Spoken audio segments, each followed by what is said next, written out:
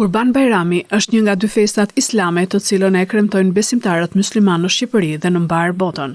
Sot është dita para festës së Kurban Bajramit dhe është dita më e mirë e vitit për të agjëruar dhe për të lutur, tha Miftiu i rrethit Lushnjë Gramos Bliku në një mesazh paqeje dhe dashurie drejtuar besimtarëve musliman lushnjar. Bismillahirrahmanirrahim.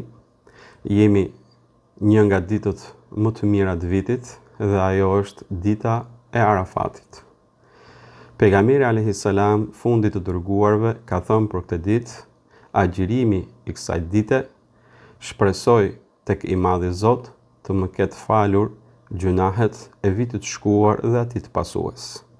Pra, ju faleminderit që me anë të këtij mesazhi përcjell urimin tek mbar besimtarët lushnjar, por jo vetëm, Zoti ju a pas të pranuar agjërimin e kësaj dite dhe ju pas të falë gjunahet.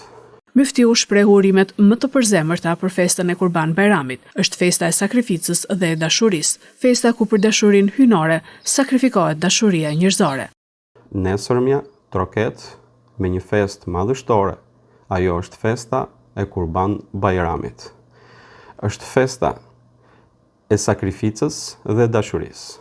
Është festa ku për dashurinë hyjnore sakrifikohet dashuria njerëzore.